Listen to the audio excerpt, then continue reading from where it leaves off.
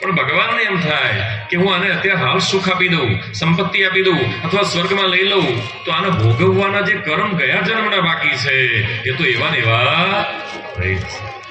એટલે પ્રભુ એ ભાવ કરે છે કે હું આને પીડા, તકલીફ, દુઃખ જે છે બધું હમતું આપી દઉં અને બધું ભોગવી લે એટલે મુક્ત થઈ જાય. આ સરળ ભાષામાં સમજાવું તો ભક્તિના માર્ગ પર ચાલો એટલે 10 કિલોમીટર તકલીફ છે, બાકી 90 કિલોમીટર કમ્પ્લીટ છે, આગળ 100% પાસ. પહેલા 10 કિલોમીટર તકલીફ છે અને આપણે મોટા ભાગે 10 કિલોમીટર વાળાને જોઈએ છે, લે આ બધા કેવા આગળ જાય છે, તું 10 કિલોમીટર રાહ જો, ઓલે પેટ્રોલ પતી જવાનું છે, તારું પરમાત્મા પતવા દેશે, તારી ગાડી આગળ નીકળી જશે. धैर्य, धीरज करो, प्रभु आगे ले जाएगा. तो ये અને ક્યારેક ક્યારેક ભક્તોની પણ એવી ઈચ્છાઓ છે, કારણ કે મોટા ભાગે જે સંતોના જીવન